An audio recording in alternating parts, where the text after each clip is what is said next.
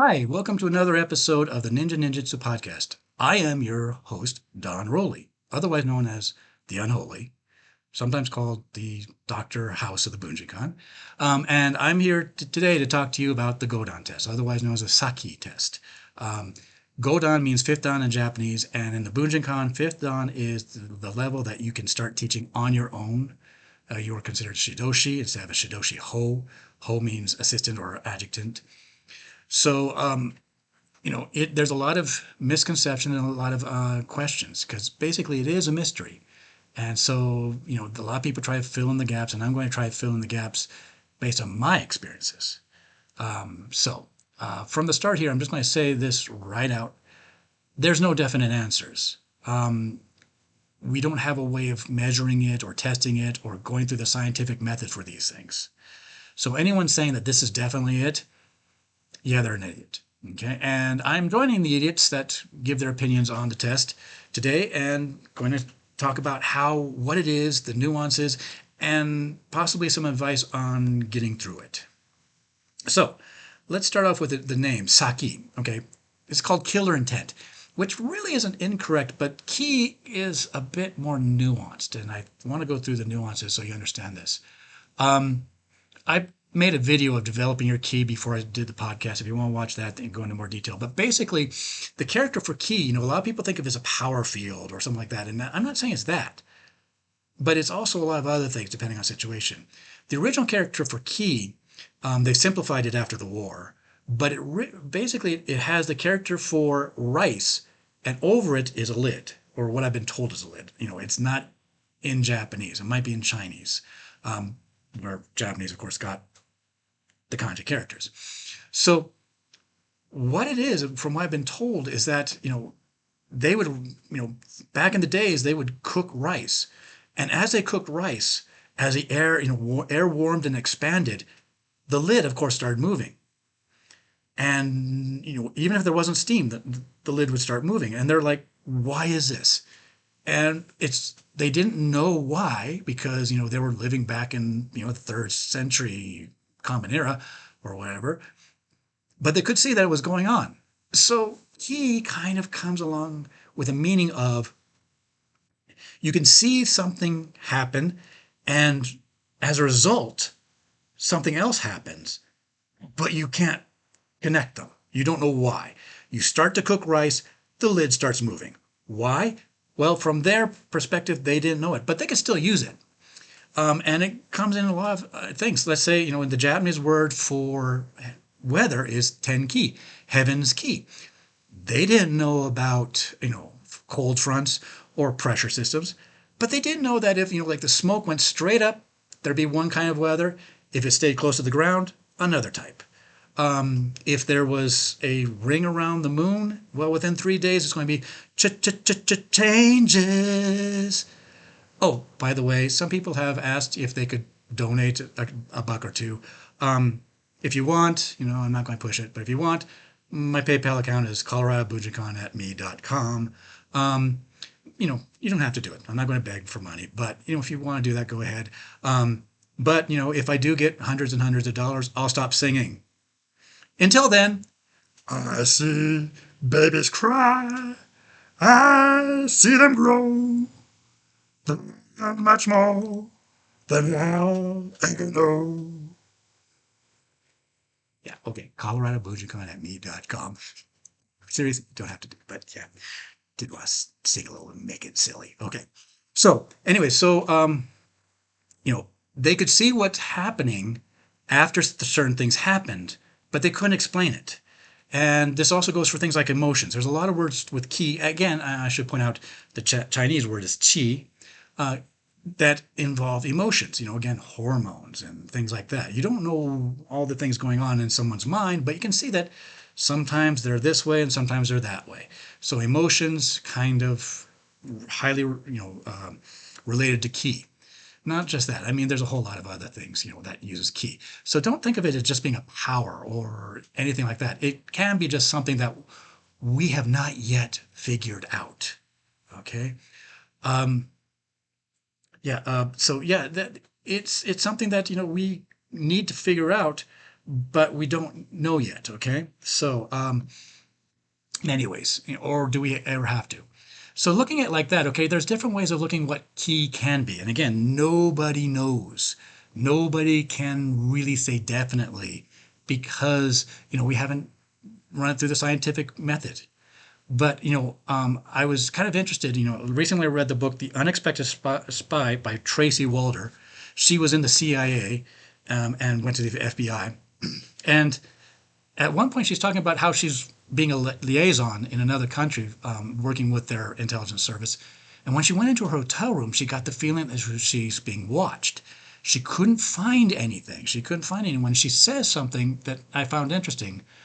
She said that you never get a feeling that someone's watching you and then look up and there's nobody there.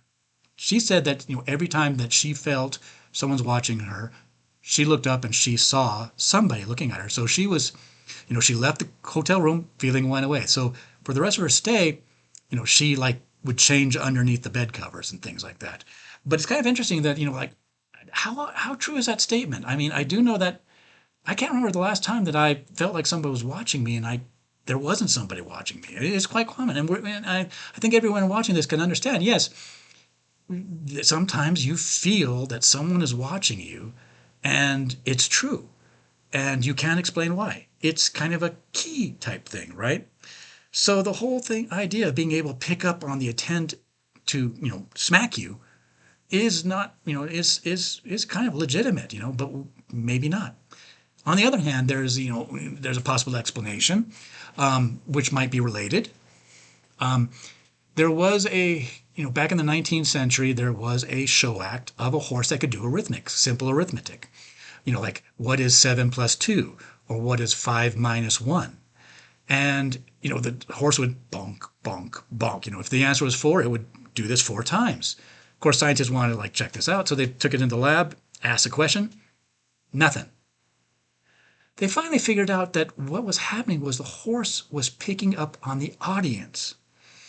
The audience, of course, knew what 5 minus 1 would be. They didn't have the same educational system we do now. It was better. So if that question, the answer was 4, it'd be like 1, 2, 3, and then 4, and then everyone's like, "Is he going to stop now? Is he going to stop? Is he going to stop?" And the horse was picking this up. A horse was picking this up. Nobody's being obvious about it. It's all just in taking breaths and things like that. But yet this happened. And so could it be just something that simple, that there's just some senses, that we pick up, sounds, and we're able to put things together? I don't know. But there's that. It could be completely scientific, by what we know, and we just haven't figured it out yet, just like they didn't know what was going on with the audience and the horse. So don't put too much importance on it.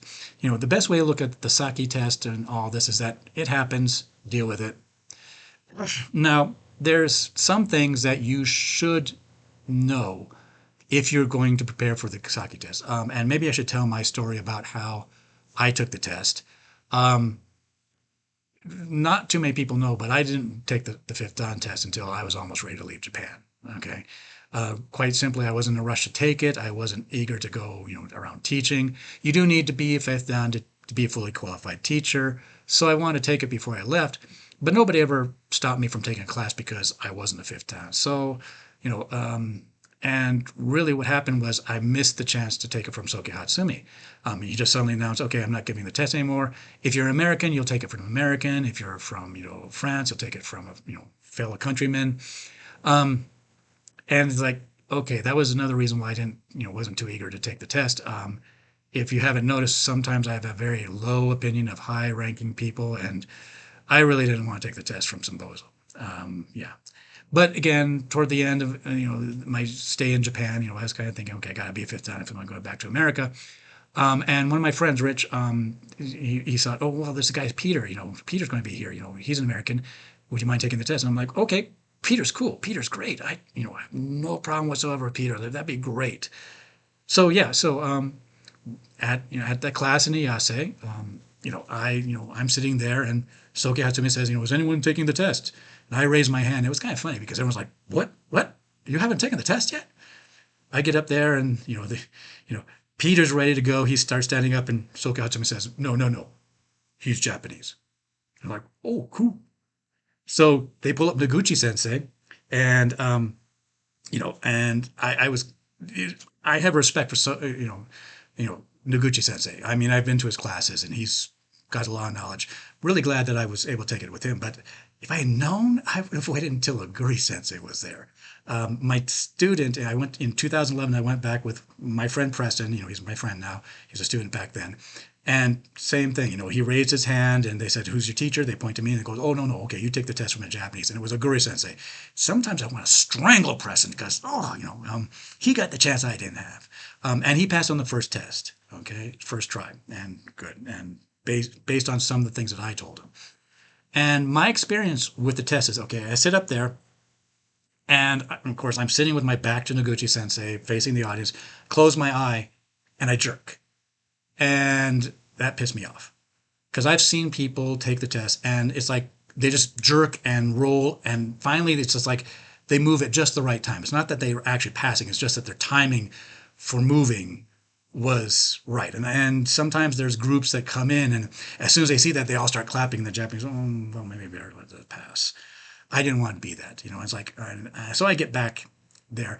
And incidentally, I'm going to throw this out. According to Rich, who was watching this, when I jerked, a little bit, like this, according to him, Noguchi Sensei was moving the sword, you know, and okay, so he was doing something.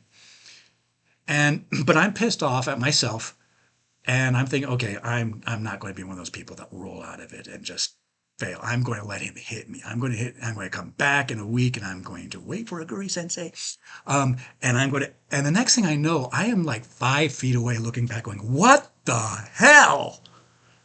I didn't feel. I can't say anything. I felt anything. I mean, I just moved.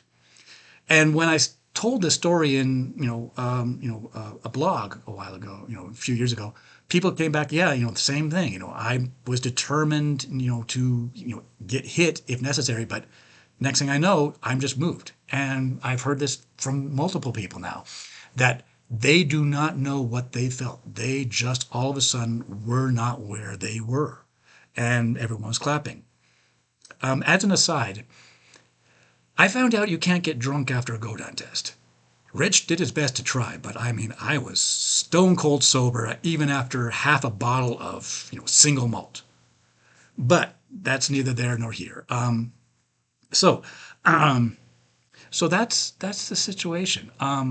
Again, I mentioned the whole thing about Noguchi Sensei and me flinching, going back to the horse. Okay, so I couldn't see Noguchi Sensei, but the people I was facing could.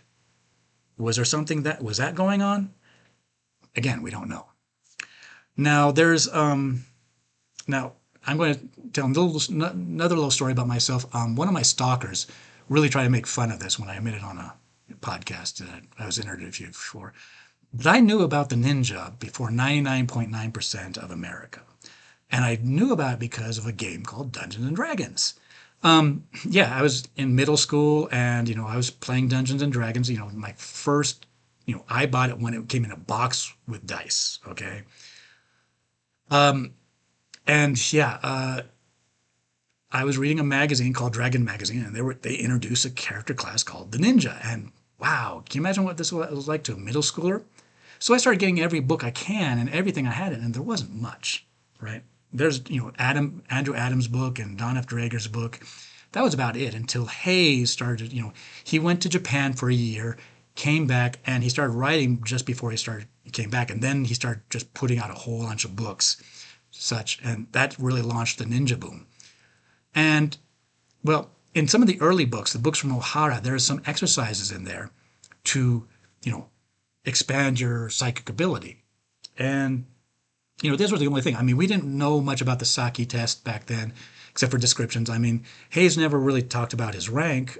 He just called himself a Shidoshi, which, of course, other people picked up thinking that was a term used for ninja. It was actually a Bujinkan exclusive, invented by Hatsumi Sensei for the Bujinkan. So we didn't know that he wasn't a fifth Dan test or that he hadn't taken the test yet. Um, but he had these things, like where you close your eyes and then you imagine a field around you, and then when somebody puts their hand through this imagined field, you're supposed to feel it. Things like that. I got to point this out, that Stephen Hayes got a lot of hits on the head trying to take the test.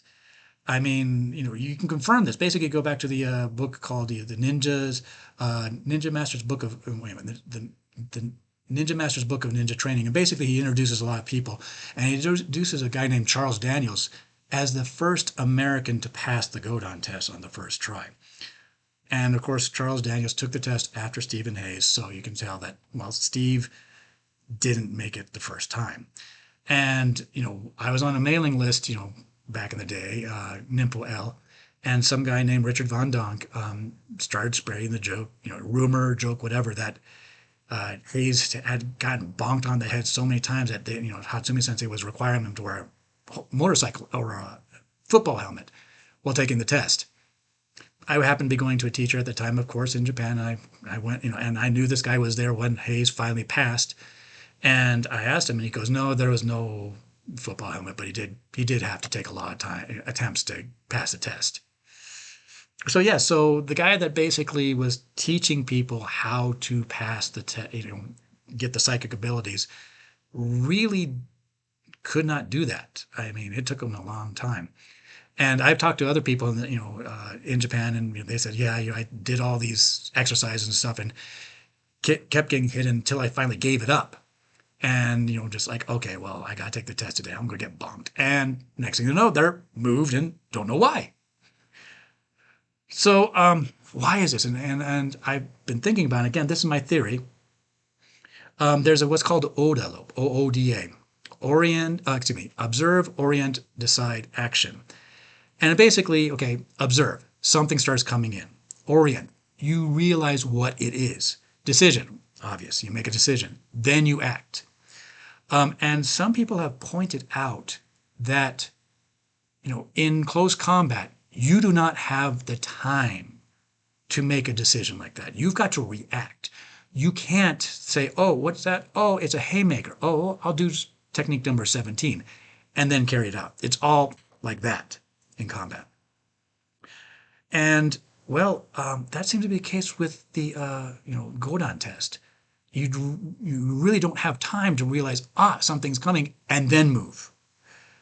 And this gets into a kind of a weird part. There's part of your brain called the amygdala. I hope I'm pronouncing that correct, but it's like one of the earliest parts of the brain, and there's a horrible oversimplification, but it's a part of the brain that basically hijacks everything when you are in mortal danger. Have you ever reached for something on the shelf, your hand jerks back, and then you understand there was a spider there? Yeah, that's the amygdala. I had an experience back when I was a kid that really illustrates this. I was walking through a field. Next thing I know, I'm 15 feet back from where I was, going what and what, and then the snake that I just about was about ready to step on slithers away. I'm like, okay, yeah, it takes over when you are in danger, and it's not big on conscious thought. It just acts. And that could be a good thing in certain situations. It can be a very bad thing in certain circumstances. So Soke Hatsumi has said that, words to the effect that the Godan test hits a deeper part of our consciousness. And well, yeah, maybe that is the amygdala. Maybe that is something that needs to be, trained or relied on. And again, if you train yourself to realize when somebody is, in your force field, you're training yourself to listen for it and then go through that whole OODA cycle. Not enough time.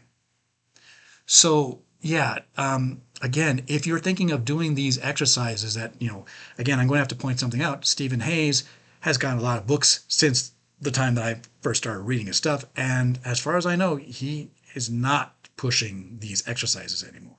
Okay. Maybe he is, but I don't think so. I haven't read his latest stuff. But yeah, so if you're thinking about doing those exercises, maybe it's not a good idea.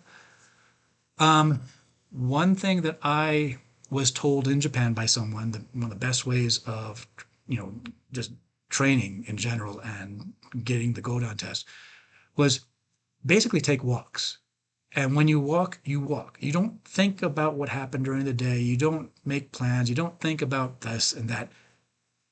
You let things happen to you. You let things happen and experience them. And then you just let them pass.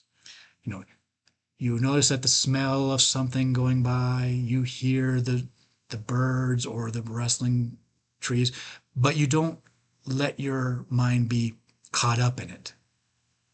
You just walk and you just take in all the senses you can. And, again, this is easier to like limit the stimulus if you do it at night rather than during the day. This is kind of, this sounds a lot like a form of moving meditation.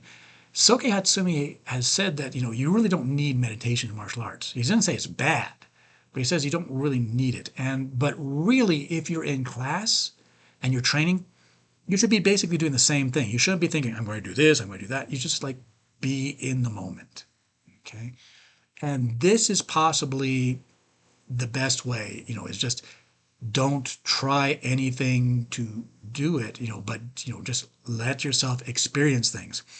Isolate stimulus a bit by going out at night or in isolated areas, stuff like that, rather with a lot of city noises. And just let yourself experience as you walk. This might be the way to really help you go through the Godan test, or it might not. I mean, before I passed the Godan test, I drank tea and drank milk. Well, okay, is drinking milk and tea a way to pass the Godan test?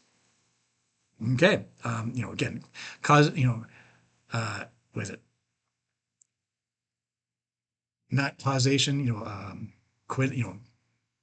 One thing does not mean a cause. Okay, so I'm having a brain fart, but that's it. So go down test. Again, this is a mystery, and it probably always will be, but it exists. Don't make a big deal out of it.